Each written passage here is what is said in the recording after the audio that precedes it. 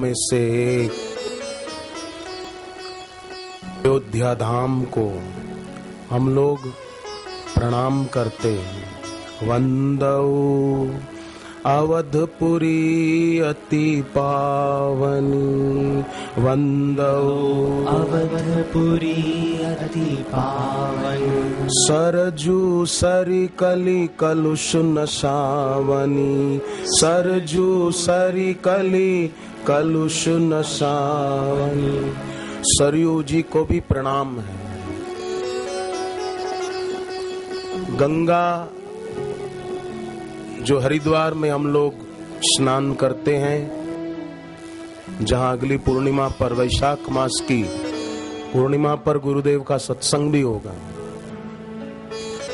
वो गंगा भगवान विष्णु जी के दाहिने चरण से निकली और ये सरयू जी ये भगवान विष्णु के बाएं चरण से निकली है। इसलिए गंगा भी अति पावन है और सरयू जी भी अति पावन।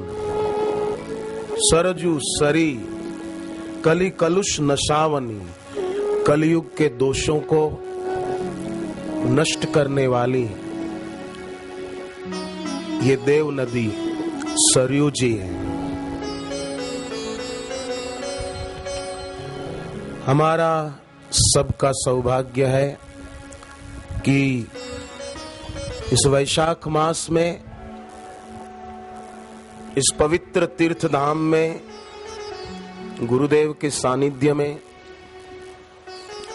सत्संग का अवसर मिला है। भगवान वेदव्यास जी के शिष्य रोमहर्षण सूत जी से भरद्वाज आदि मुनियों ने बड़ी ही विनम्रता से प्रश्न पूछा कि भगवान, हम आपके श्रीमुख से महापुरी अयोध्या का गुणों से उज्जवल और रहस्य युक्त सनातन महात्म्य सुनना चाहते हैं। तब भगवान वेदव्यास जी के शिष्य रोमहर्षण सूत जी ने कहा कि श्री अयोध्यापुरी परम पवित्र है, पापी आदमी तो वहां तक पहुंच ही नहीं सकते, क्योंकि उनको अभी बहुत जन्मों में बहुत दुख देखना बाकी है। वो ऐसे पवित्र तीर्थ धाम में नहीं पहुंच सकते जहां भगवान विष्णु के बाएं चरण से निकली हुई पवित्र नदी सरयू जी बहती हैं। गंगा जी दाहिने चरण से, सरयू जी बाएं चरण से, दोनों परम पवित्र हैं। दोनों गंगा जी और सरयू जी सभी देवताओं के द्वारा वंदित हैं। चाहे गंगा में चाहे सरयू जी में स्नान करने से पाप नष्ट होते हैं। और इस अयोध्या धाम में स्कंद पुराण में सूत जी महाराज ने अयोध्या का अर्थ बताया है। अयोध्या में अकार माने ब्रह्मा जी, अयोध्या का यकार माने भगवान विष्णु जी, और अयोध्या में धकार माने भगवान शिव जी। धकार रुद्र स्वरूप है, यकार विष्णु स्वरूप है और अकार ब्रह्मा जी का स्वरूप है। तो अयोध्या माने ब्रह्मा विष्णु और भगवान शिव जी के योग से अयोध्या नाम सुशोभित होता है। तो ऐसे पवित्र अयोध्या धाम में बैठना, सत्संग सुनना, भगवान नाम जप करना, ये अत्यंत हितकारी है। पहले के जमाने में तीर्थों में लोग इसलिए जाते थे कि बैठकर सत्संग सुने, भगवान नाम जप करें और अपना उद्धार करें। आजकल कई लोग तीर्थों में सैर सपाटे के इरादे से जाते हैं, चलो जरा घूम के आते हैं, जरा देख के आते हैं। इस बहाने भी अच्छी जगह पर आना ये भी अच्छी बात है। पर बैठकर सत्संग सुनना, भगवान के विषय में सुनना और भगवान नाम जप करना, ये तो अत्यंत हितकर है। तो ये अयोध्या जी भगवान विष्णु जी के सुदर्शन चक्र पर स्थित है। स्वयं भगवान मानो इसको धारण किए हुए हैं। अयोध्या में एकादशी के दिन सरयू जी में स्नान करने मात्र से उस महापुण्य की प्राप्ति होती है। काशी में योग साधना से युक्त होकर शरीर त्याग करने वाले को जो गति प्राप्त होती है, वो गति एकादशी के दिन सरयू में स्नान करने मात्र से मिल जाती। काशी में अत्यंत कठिन योग साधना करे, तब योग साधना करते करते काशी में मर जाए, तब जो गति प्राप्त हो, वो एकादशी को सरयू में स्नान करने से ही प्राप्त हो जाए। इतना महात्म्य इस अयोध्या धाम का है। और ऐसे पवित्र धाम में बैठकर सत्संग सुनना, ये कितने सौभाग्य की बात है। पुण्य पुंज बिनु मिलहि न संता, सत्संगति संस्कृति कर अंता। सरयू देव नदी है, इसमें स्नान करने पर विष्णु लोक की प्राप्ति होती है। और समझो कोई सरयू जी में स्नान न कर पाए, किसी को बुखार हो, बेचारे को बाहर से आए हो सत्संग के लिए और किसी कारण से उसकी तबीयत खराब हो गई, बुखार आ गया। अब बुखार आया तो फिर ठंडे पानी में स्नान नहीं करना चाहिए ना, तो क्या उसको लाभ नहीं होगा फिर? तो यहां तक बताया है कि इस सरयू नदी में अगर किसी कारण से कोई स्नान न भी कर पाए, तो अगर मानसिक रूप से भगवान को और सरयू जी को प्रणाम करते हुए मन से ही डुबकी लगाए, तो भी उसको पुण्य प्राप्त हो जाता है। ऐसी इस सरयू जी की महिमा है और इस पवित्र धाम अयोध्या जी की महिमा है। अब कोई बूढ़े बुजुर्ग हो तो वो डुबकी ना भी लगा सके, मन से डुबकी लगा ले, तो भी इसका महात्म्य बताया गया। तो सोचो हम लोग भाग्यशाली हैं कि ऐसे पौराणिक तीर्थ में गुरुदेव के सानिध्य में बैठने का, सत्संग का अवसर मिला है। सरयू और घाघरा के संगम के समीप आप सब जानते होंगे गोप्रतार नामक तीर्थ है, जहां भगवान राम जी की आज्ञा से समस्त साकेत वासियों को उनके दिव्य धाम की प्राप्ति हुई थी और भगवान वहीं से अपनी लीला समेटकर अपने धाम को पधारे थे। भगवान राम के गुरुदेव वशिष्ठ जी महाराज भी इस तीर्थ की महिमा विभीषण जी को बताते हैं कि अयोध्या तीर्थ, इसमें जो भी आए रहें, जप तप करें, तो ये अयोध्या तीर्थ उन सभी के मोक्ष का साधक है, माने मोक्ष प्राप्ति में मदद दिलाए। इसमें बड़े बड़े सिद्ध और देवता भी वैष्णव व्रत का आश्रय लेकर विष्णु लोक की प्राप्ति के उद्देश्य से निवास करते हैं।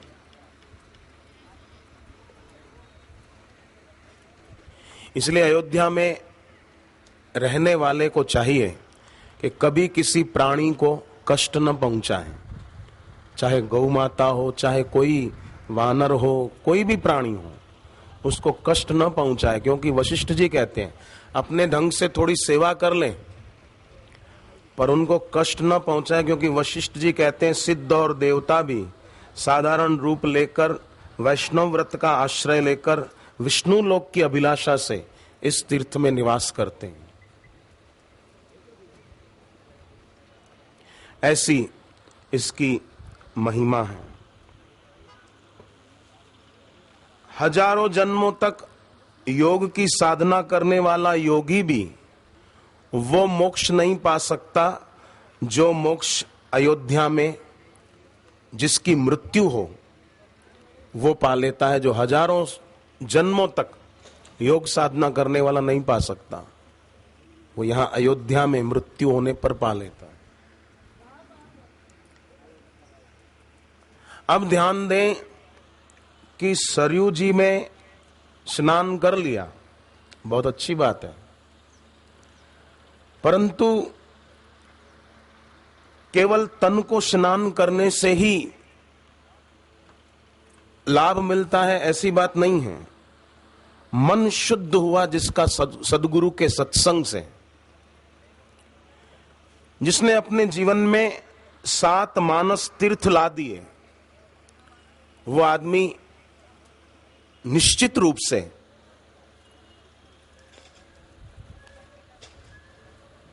मुक्ति को पाएगा और दूसरों को भी मुक्त करेगा। 7 मानस तीर्थ कौन कौन से पुराणों में बताए हैं? 7 मानस तीर्थ हैं। सत्य तीर्थ,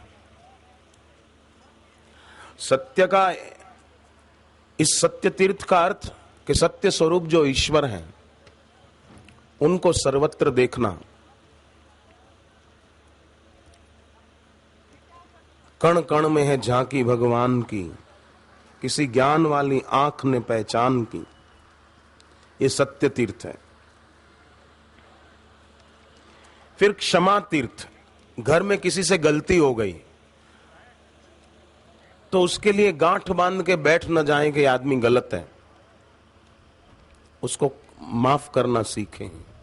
कोई बात नहीं, गलती हो जाती है, हो जाए तो हरिओम तत्सत, बाकी सब गपसप। हम अगर चाहते हैं हमारी गलतियों को ईश्वर माफ करे तो हम भी किसी की गलतियों को माफ करना सीखें।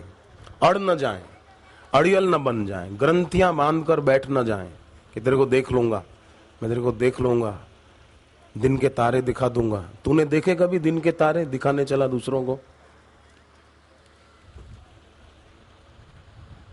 क्षमा तीर्थ 7 मानस तीर्थों में। तीसरा है इंद्रिय निग्रह तीर्थ, अपनी इंद्रियों को उनके मनमाने विषयों में जाने से रोकना। ये इंद्रिय निग्रह तीर्थ है कि मेरी आंख किसी के रूप के तरफ आकर्षित तो नहीं हो रही, मेरे कान संगीत सुख के पीछे बावरे तो नहीं हो रहे। आजकल तो बस फोन में भी वो चिप डाल दे और गाने सुनते रहे। पहले तो वॉकमैन की और कैसेट की जरूरत पड़ती थी, अब तो उसकी भी जरूरत नहीं, जरा सा एक कार्ड लेके डाल दिया और सुनते रहे।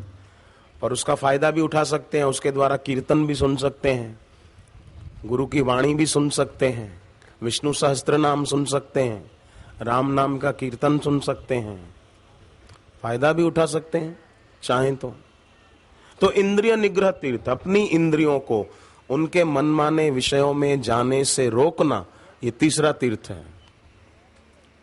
ये जो साधना करते हैं वो भी तीर्थ स्नान ही कर रहे हैं। वो सरयू जी में स्नान कर रहे हैं, वो गंगा में स्नान कर रहे हैं। मां गंगा खुश होगी।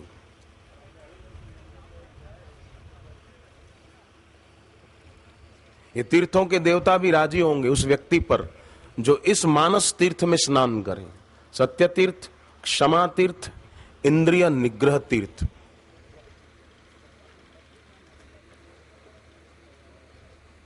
और इंद्रिय निग्रह न हो पाए, अपनी इंद्रियों को उनके मनमाने विषयों में जाने से न रोक पाए, तो भगवान को, गुरु को प्रार्थना करें कि हे भगवान, मेरी आंख पवित्र रहे, मेरे कान पवित्र रहें, दूसरों की निंदा सुनने का दोष मुझे न लगे, मैं अपनी जीभ के द्वारा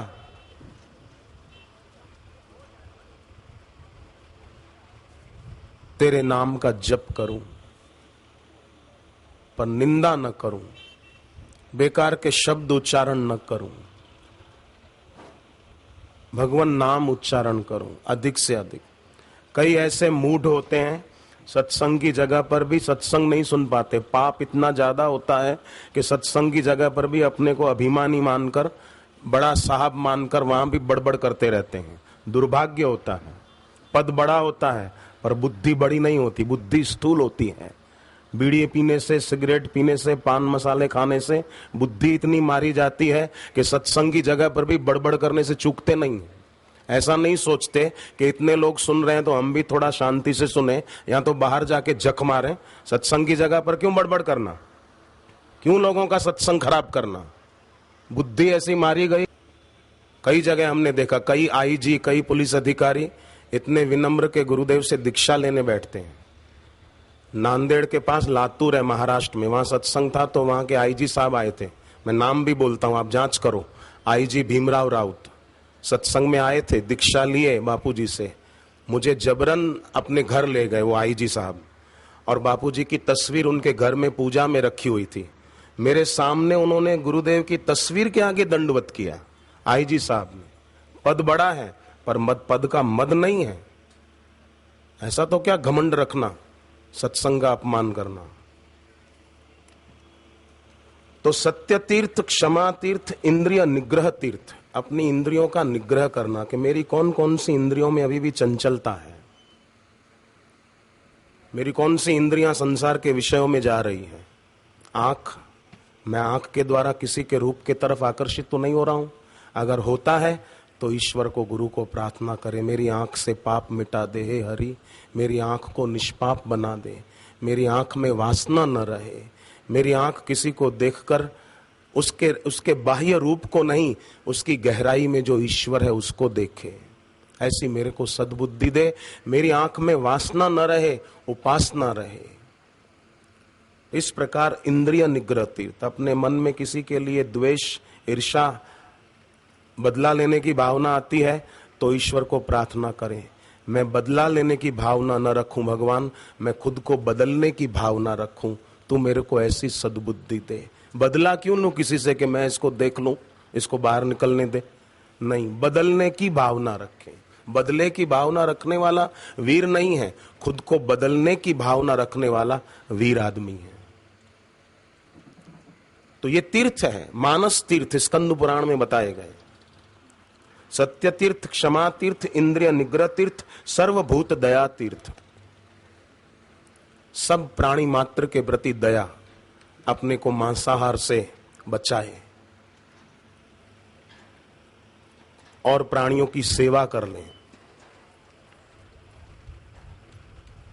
कई ऐसे धर्मात्मा लोग हैं, रोज सुबह पक्षियों को दाने डालते हैं, गायों को चारा डालते हैं और अपने हाथ से जितनी सेवा हो गई कर लेते हैं। मनुष्य जीवन सेवा के लिए है, परोपकार के लिए है। अपने द्वारा जितना परहित का कार्य हो जाए अच्छा है। ये समिति वालों ने ये आयोजन किया, क्यों किया? अपने यश के लिए किया? नहीं, सेवा हेतु के इस पवित्र तीर्थ धाम में सत्संग हो, सब लोग आकर के इस वैशाख मास में इसका लाभ लें।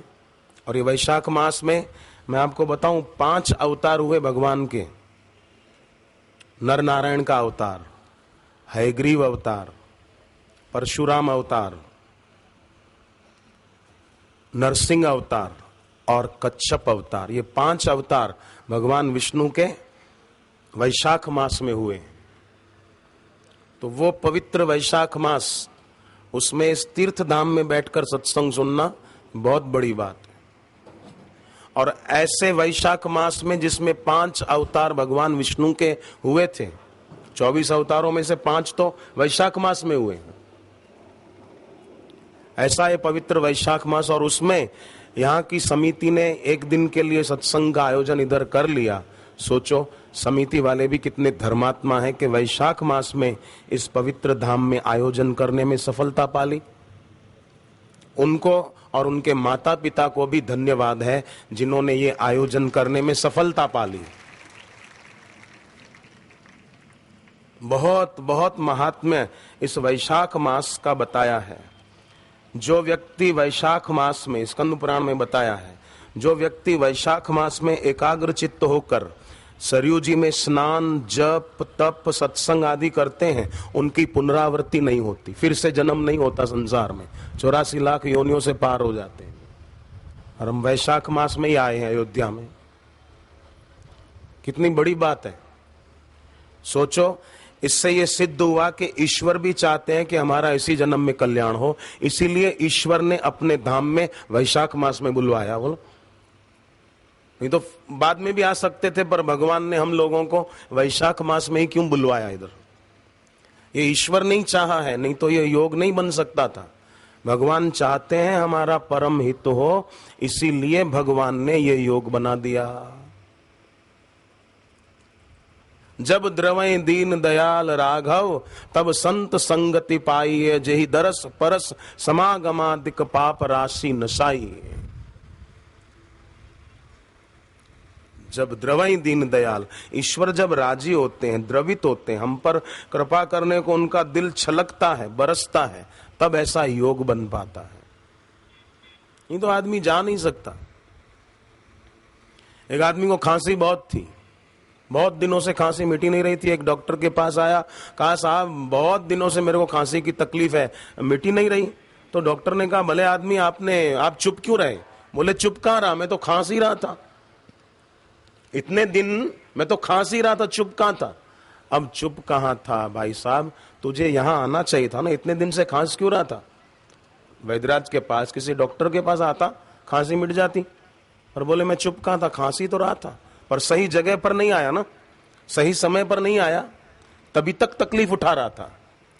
ऐसे ही संसार दुख रूप तब तक है जब तक सदगुरु की शरण में नहीं गए। जब सदगुरु की शरण में आ गए और सत्संग सुन लिया, भगवान नाम की दीक्षा लेकर जप करते हैं, तो संसार दुख रूप नहीं है, संसार भगवत रूप है। फिर तो नामदेव ने बनाई वो रोटी, कुत्ते ने उठाई, पीछे घी का कटोरा लिए जा रहे, प्रभु घी तो लेते जाओ, रोटी रूखी तो न खाओ, तेरा मेरा एक नूर, फिर काहे को हुजूर, तूने शक्ल बनाई है श्वान की।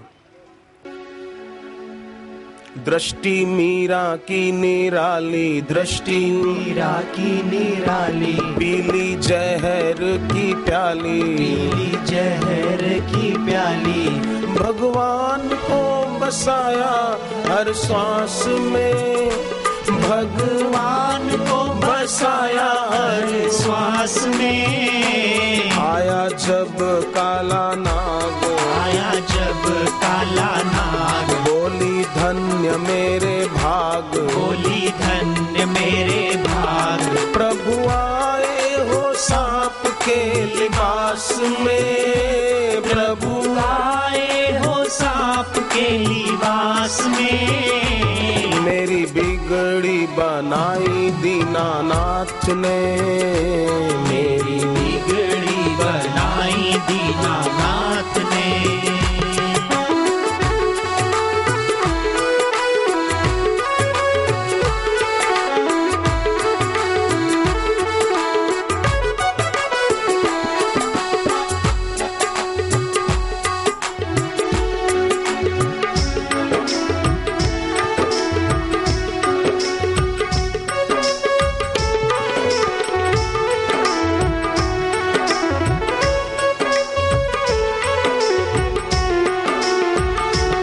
राह फूल सजाए, राह फूल सजाए, रोज नयन बिछाए, रोज नयन बिछाए, तब आए हैं प्रभु शबरी के द्वार पे, तब आए हैं प्रभु शबरी के द्वार पे। नवधा भक्ति भी पाई, नवधा भक्ति भी पाई, अंतर ज्योत जगाई, अंतर ज्योत जगाई, झूठे बेर भी खाए श्री राम ने, झूठे बेर भी खाए श्री राम ने। भक्त कुछ नहीं चाहे, भक्त कुछ नहीं चाहे, बस प्रभु को रिझाए, बस प्रभु को रिझाए। पाए दौलत वो सारे जहान की, पाए दौलत वो सारे जहान की, पाए दौलत वो सारे जहान की, पाए दौलत वो सारे जहान की। कण कण में है झांकी भगवान की, कण कण में है झांकी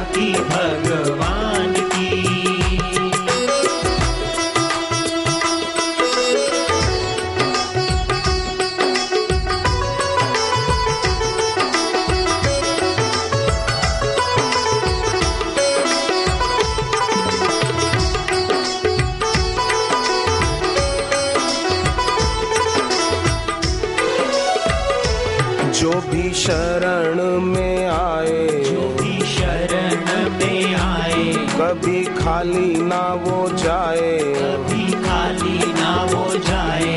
मन चाहा फल प्रभु मेरे बांटते, मन चाहा फल प्रभु मेरे बांटते।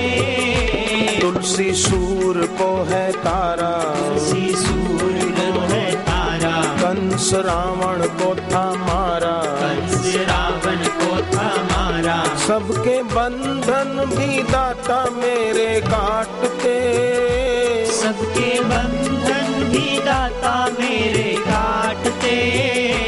कोई ऐसा नहीं स्थान, कोई ऐसा नहीं स्थान, जहाँ नहीं भगवान, जहाँ नहीं भगवान। किसी विरले ने उनकी पहचान की, किसी विरले ने उनकी पहचान की।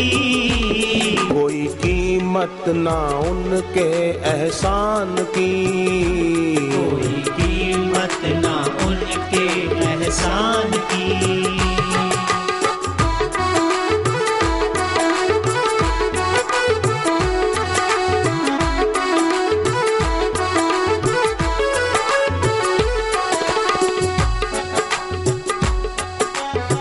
तो दृष्टि ऐसी सत्संग से प्राप्त होती है, समझ ऐसी सत्संग से प्राप्त होती है, और 7 मानस तीर्थ सत्संग से जीवन में आते हैं। चौथा है सर्वभूत दया तीर्थ, और 5वां सत्यवादिता तीर्थ, माने सच बोलने का व्रत ले, जितने अंश में ले पूरा ही ले लें, लेना चाहिए। नहीं हो तो प्रार्थना करनी चाहिए, मेरे में ये तीर्थ की कमी है, हे भगवान मेरे में ये तीर्थ आ जाए। छठा तप तीर्थ, अपने जीवन में तप का व्रत लिया जाए। तप माने हरिद्वार या वृंदावन या किसी तीर्थ में बैठ जाना नहीं। अपने घर पे मनचाही कई बार नहीं होती है, उस समय शांत रहना, आवेश में ना आना, आए तो आवेश को ज्यादा समय टिकने न देना। हरिओम तत्सत, बाकी सब गपशप भूल जाए। मन में किसी के लिए द्वेष रखना, ईर्ष्या रखना, ये पशुता है, और जिसके मन में पशुता आई उसको तन पशु का मिलने में देर नहीं लगेगी। पशुता पहले भीतर आती है, फिर शरीर तैयार हो जाता है अगले जन्म में। द्वेष, लोभ, मोह ये पशुता है, ये मनुष्य को पशु योनियों में ले जाते हैं। इसलिए खूब ख्याल रखना चाहिए। तप तीर्थ मानस तीर्थ है।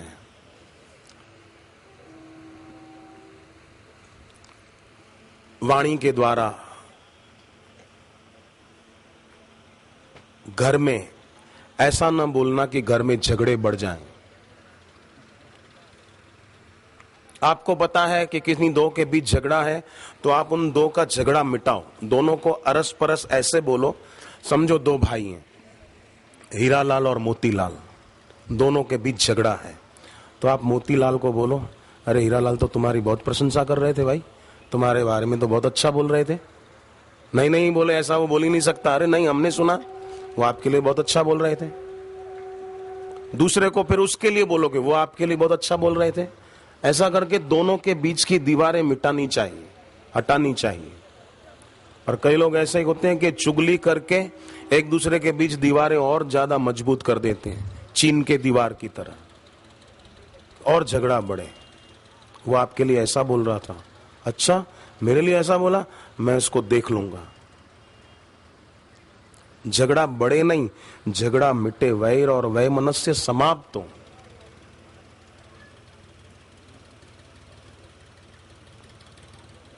अच्छा होगा। कई लोग तो एक जगह पर दो आदमी लड़ रहे थे, एक बोला क्या समझता है अपने आप को, एक लगाऊंगा 32 तोड़ दूंगा। दूसरा बोला तू क्या समझता है, एक पड़ेगी 64 तोड़ दूंगा। तो तीसरा उनकी बात सुनकर आया, बोला भाई साहब मुंह में दांत तो 32 होते हैं, आप 64 कैसे तोड़ोगे। तो वो बोला मुझे पता था तुम बीच में बोलोगे, इसलिए 32 तुम्हारे भी गिन लिए थे। इतना राग द्वेष लड़ाई गहरा है कि बात मत पूछो। तो वैशाख मास की खूब महिमा है। आप ध्यान से सुन रहे हैं इसलिए एक बात और बताऊं, जिन लोगों के घर में धन और स्वास्थ्य संबंधी कमी का एहसास नित्य होता हो, पैसों की भी कमी रहती है और स्वास्थ्य की भी कमी रहती है, हमेशा कभी कोई बीमार कभी कोई बीमार रहता है, तो जिनके घर में ऐसी तकलीफ हो उनके लिए पद्म पुराण में बताया है वैशाख मास का एक प्रयोग। वैशाख मास की बहुत महिमा बताई है। तो एक प्रयोग बताया कि वैशाख मास के शुक्ल पक्ष की सप्तमी को, पद्म पुराण में उसको शर्करा सप्तमी कहा गया है, और वो शर्करा सप्तमी 28 अप्रैल को है। ठीक है, 28 अप्रैल शनिवार का दिन है। उस दिन पानी में सफेद तिल मिलाकर उससे स्नान करें।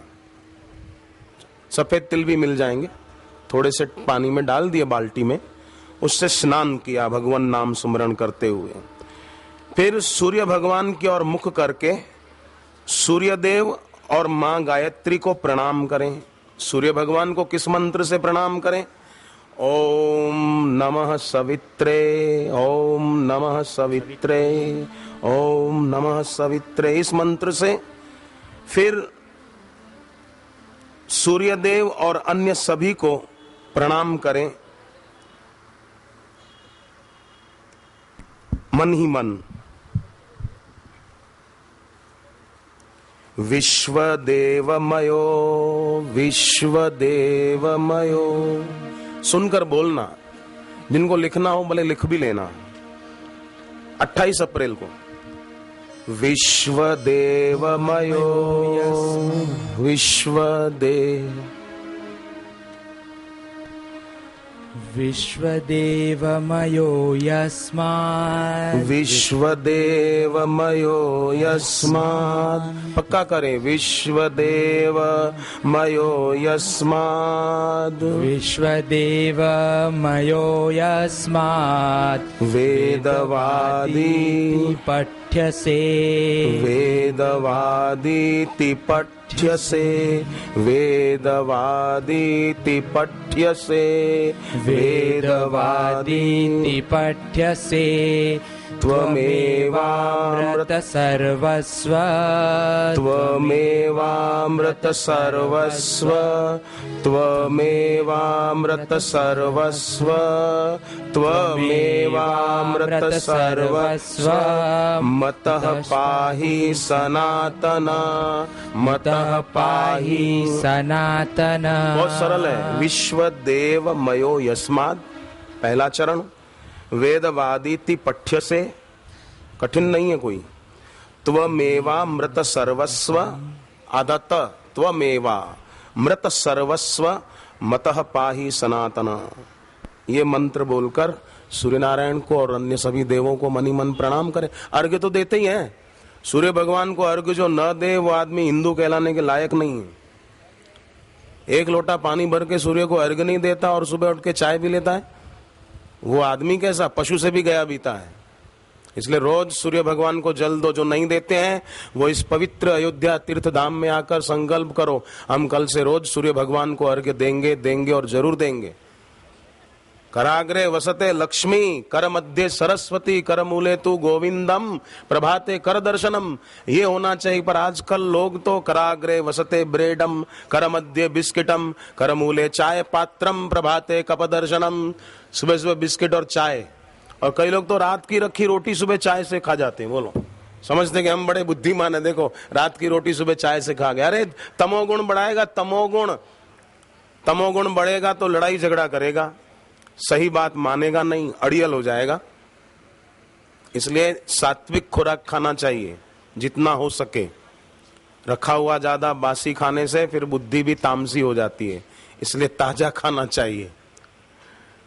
सात्विक भोजन करने से सात्विकता बढ़ती है। तो ये आप समझ गए 28 अप्रैल माने शुक्ल सप्तमी वैशाख मास की। ये कर लिया 28 अप्रैल को। फिर दूसरे दिन अगर हो सके तो अपने हाथों से खीर बना ली, जैसे खीर बनाते हैं दूध चावल की।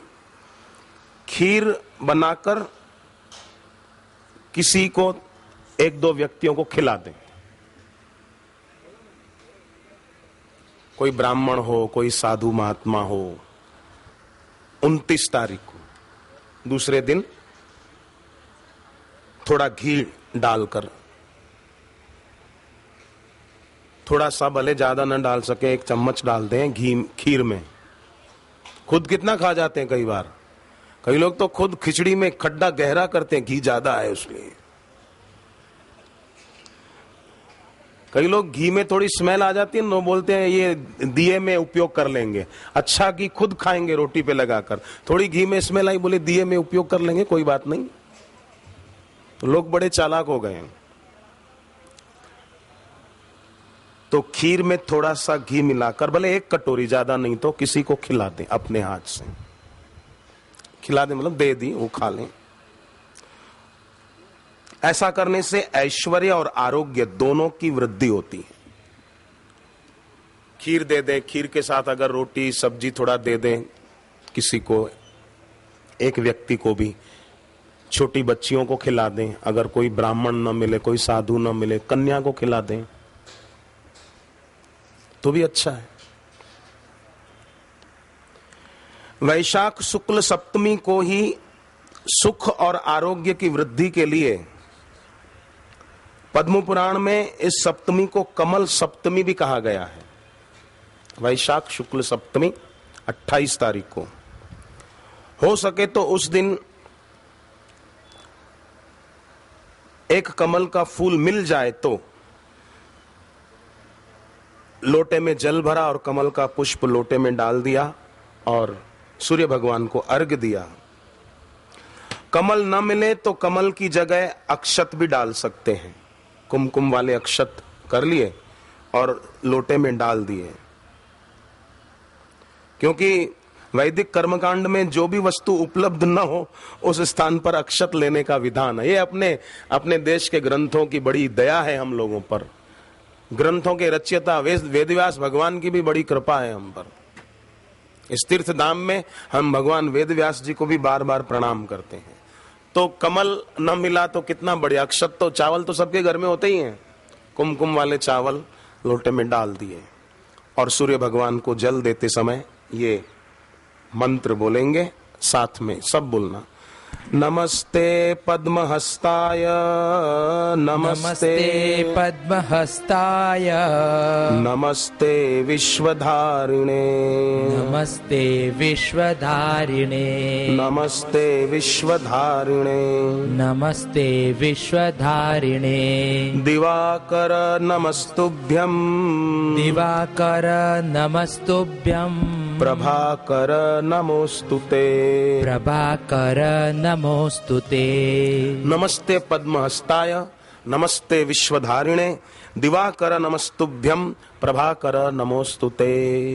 28 अप्रैल वैशाख शुक्ल सप्तमी का खूब खूब फायदा उठाइए और उस दिन जप भी खूब करिए। गुरु मंत्र का दीक्षा तो आप में से कईयों ने ली हुई है, ऐसा मुझे लग रहा है आपके मुखमंडल को देखकर, और जिन्होंने नहीं ली है वो गुरुदेव से प्रार्थना करके भगवान नाम की दीक्षा तो ले ही लें। भगवान शिव जी ने पार्वती जी को कहा, जिसके जीवन में भगवान के नाम की दीक्षा नहीं है उसे न इस लोक में सिद्धि मिलेगी, न मरने के बाद परलोक में उसकी सद्गति होगी। भगवान का नाम तो बहुत जरूरी है। देखो भाई, एक बात है, और काम छोड़ के कोई मर जाए तो उसका काम दूसरा कोई कर लेगा। बेटे की शादी रह गई और आदमी मर गया, बेटी की शादी नहीं की और पिता चल बसे, तो उनके बच्चों की शादी दूसरे रिश्तेदार करा देते हैं, मामा, चाचा, ताऊ जी, ये लोग करा देते हैं बच्चों की शादी, ठीक है।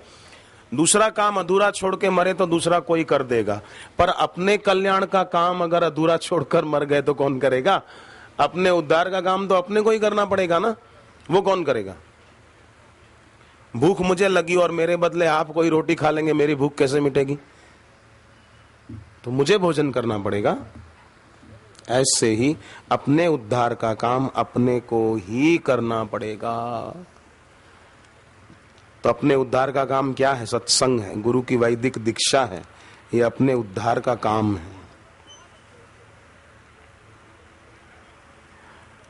भविष्योत्तर पुराण में वैशाख मास के शुक्ल पक्ष की सप्तमी को निम्ब सप्तमी भी कहते हैं। उस दिन सूर्यदेव को प्रणाम करके नीम के पत्ते खाएं तो रोगों से मुक्ति प्राप्त होती है। जिनके शरीर में बीमारी रहती हो, पेट की, सिर दर्द की, कोई भी तकलीफ रहती है शरीर में और कम वक्त मिट नहीं रही है, बड़ा परेशान कर रही है वो तकलीफ, तो आप नीम के पत्ते वैशाख शुक्ल सप्तमी को सूर्य भगवान को अर्घ्य देकर प्रणाम करके फिर ये मंत्र बोलते हुए नीम के पत्ते खाएं। अभी वो मंत्र हम बोलेंगे, वो नीम के पत्ते ये मंत्र बोलते हुए खाने से आरोग्य की प्राप्ति हो सकती है।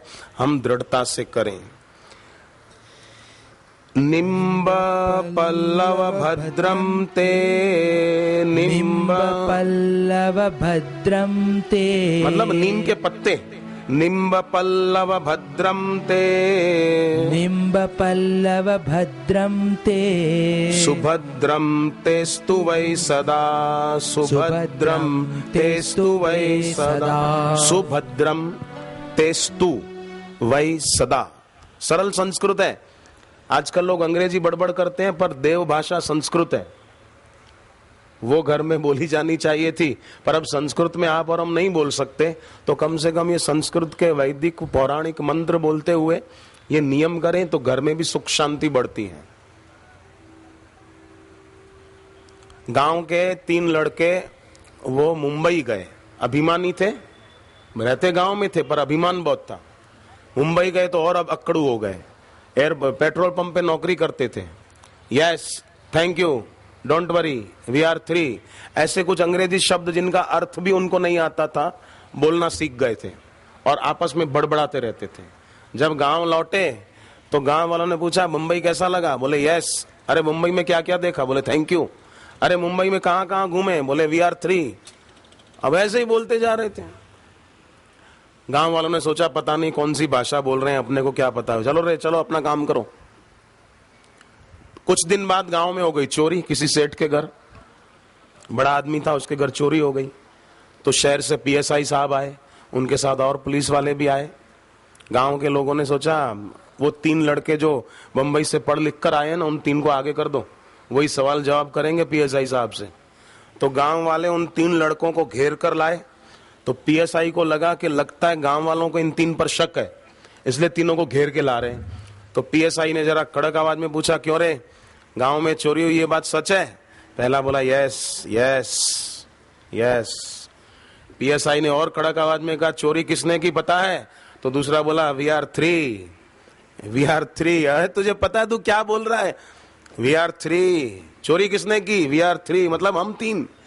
वी आर 3 का मतलब हम 3, वी आर 3। पीएसआई साहब ने कहा चोरी का अंजाम जानते हो क्या होगा? जेल में जाना पड़ेगा। तो तीसरा बोला don't worry, don't worry, don't worry, मतलब कोई बात नहीं, कोई बात नहीं, डोंट वरी।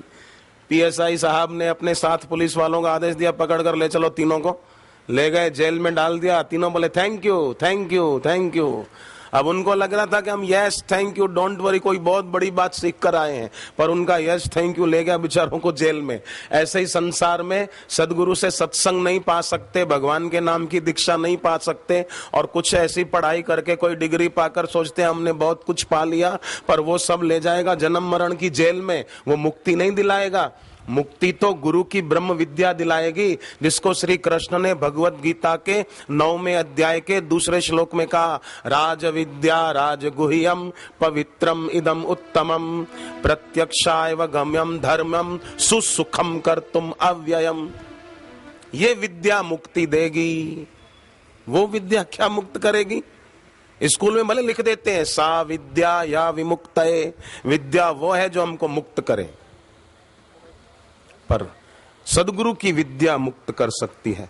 तो निम्ब पल्लव भद्रम ते, सुन ले, सुभद्रम तेस्तु वै सदा, ममापि ममापि कुरु भद्रम वै, ममापि कुरु भद्रम वै, प्राशनाद प्राशनाद प्राशनाद रोगहा भव।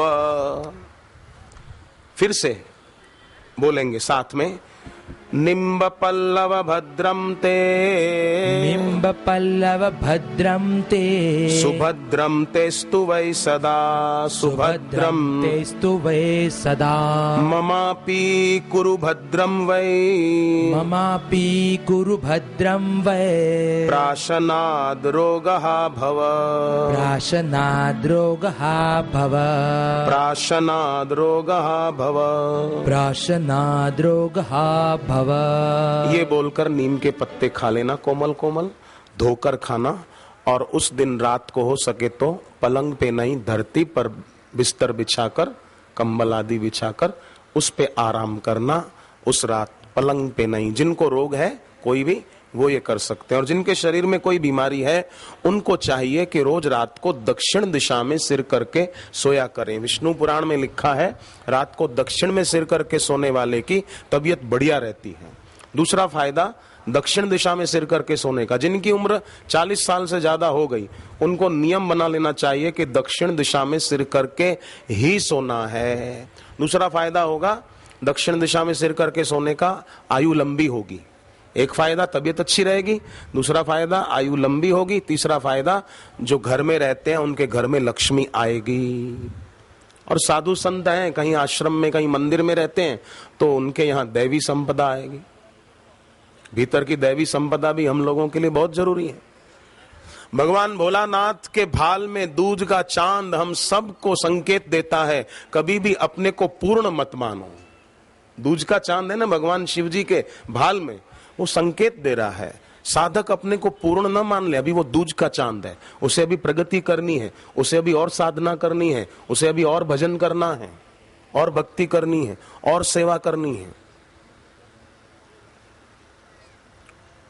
तो ये वैशाख मास में, जिस मैस मास में भगवान के 5 अवतार हुए, उसमें गुरुदेव का सत्संग अयोध्या धाम में जिन आयोजकों ने करने में सफलता पाई उनके हिस्से तो कितना पुण्य जा रहा होगा, ये तो स्वयं इस धाम के मालिक भगवान राम ही जानते हैं कि कितना लाभ उन भक्तों को हुआ जिन्होंने यहाँ सेवा कर ली, और उस निमित्त जो यहाँ आप आए, आप और हम, हमारा भी सौभाग्य है। अयोध्या, अकार माने ब्रह्मा जी, यकार माने विष्णु जी, और धकार रुद्र रूप है, उसी का नाम है अयोध्या। ये अयोध्या का अर्थ है ब्रह्मा विष्णु महेश, तीनों के चरणों में हम बैठे हैं। और गुरु ब्रह्मा गुरु विष्णु गुरुर्देवो महेश्वर, गुरु साक्षात परब्रह्म। सदगुरु जहां जहां जाएं समझो साधक उनके चरणों में ही बैठा है और सच्चा लाभ प्राप्त कर रहा है। कई लोग तो कल ही आ गए थे एकादशी को, और एकादशी में कई लोगों ने सरयू जी में स्नान भी किया, कईयों ने मानसिक किया। मानसिक रूप से स्नान करने वाले को भी बहुत पुण्य प्राप्त होता है इस पवित्र तीर्थ धाम में। इस पवित्र तीर्थ भूमि में हम आए हैं तो हम भगवान को प्रार्थना करें कि दशरथ राजा का कैसा प्रेम था भगवान के लिए। वंदौ अवध भुआल सत्य प्रेम जहि राम पद, बिछरत दीन दयाल प्रिय तन तृण इव परिहरेऊ। भगवान राम का वियोग होते ही दशरथ राजा ने शरीर ऐसे छोड़ दिया जैसे कोई घास का तिनका छोड़ दे। ऐसे भगवान राम ने, दशरथ राजा ने राम जी के वियोग में शरीर त्याग दिया। कितना प्रेम हमारा भी प्रभु के चरणों में, प्रभु प्राप्त सदगुरु के चरणों में ऐसा प्रेम हो। संसार की चीजों में प्रेम एकांगी होता है। हम मकान को प्रेम करते, मेरा मकान बहुत बढ़िया है, मकान हमको नहीं करता। हम गाड़ी को करें, मेरी कार बहुत बढ़िया है, मेरी जमीन बहुत 60 एकड़ है, 50 एकड़ है, 40 एकड़ जमीन है, पर जमीन का हमारे लिए नहीं होता है। एकांगी प्रेम होता है। मेरे पास 25 तोला सोना है, मेरे पास 40 तोला सोना है, ये एकांगी है, सोने का हमारे में प्रेम नहीं है। पर अगर ईश्वर और सदगुरु में हमारा प्रेम हो तो ईश्वर खुद भगवत गीता में कहते हैं, ये यथा माम प्रपद्यन्ते तांस तथैव भजाम्यहम्। और तुलसीकृत रामायण में भी आया है, एक वाणी करुणा निधान की, सो प्रिय जाके गति न आन की। सब मम प्रिय सब मोहि उपजाए, सब ते अधिक मनुज मोहि भाए। ये स्वयं भगवान राम का वचन है, सब ते अधिक मनुज मोहि भाए। कितनी बढ़िया बात है कि हम भगवान को प्यारे हैं, ये भगवान ने पहले से ही बोल रखा है। अब हमको भी ईश्वर प्यारे लगे, ये बड़ी बहादुरी की बात है वही भाग्यवान जो भगवान को चाहे, भगवान को चाहे। है वही भाग्यवान जो भगवान को चाहे, भगवान को चाहे। है वही भाग्यवान जो भगवान को चाहे, भगवान को चाहे। है वही भाग्यवान जो भगवान को चाहे, भगवान को चाहे। हरि हरि ओम, हरि हरि ओम, हरि हरि ओम, हरि हरि ओम।